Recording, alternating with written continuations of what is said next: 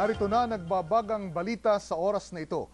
Patuloy ang isinasagawang rescue operations ng lokal na pamahalaan sa Albay sa mga residente na apektado ng matinding pagbaha at pag-agos ng lahar, bunsod ng malakas na ulang dala ng Bagyong Waning.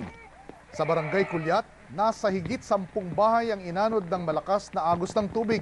Nagmistulang ilog ang ilang pangunahing kalsada na umabot hanggang bewang ang tubig. Samantala, sinabi naman ni DSWD Secretary Dinky Soliman na nakahanda na ang relief goods na ipamimigay sa mga naapektuhang residente. Sa Barangay Kulyat, nasa higit 10 bahay ang inanod ng malakas na agos ng tubig. Nagmistulang ilog ang ilang pangunahing kalsada na umabot hanggang bewang ang tubig.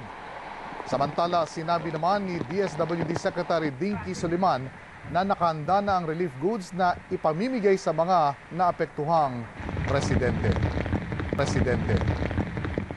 Maging una sa balita, i-text ang alert on sa 2366. At narito na mga balitang dapat abangan mamaya sa TV Patrol.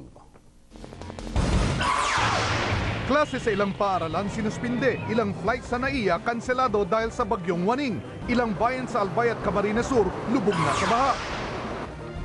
3 na patay sa nahulog na bus sa Skyway. 7 sasakyan nagkarambola sa EDSA, resulta buhol-buhol na traffic. Dating Pangulong Gloria Arroyo inirekomenda ng kanyang doktor na operahan.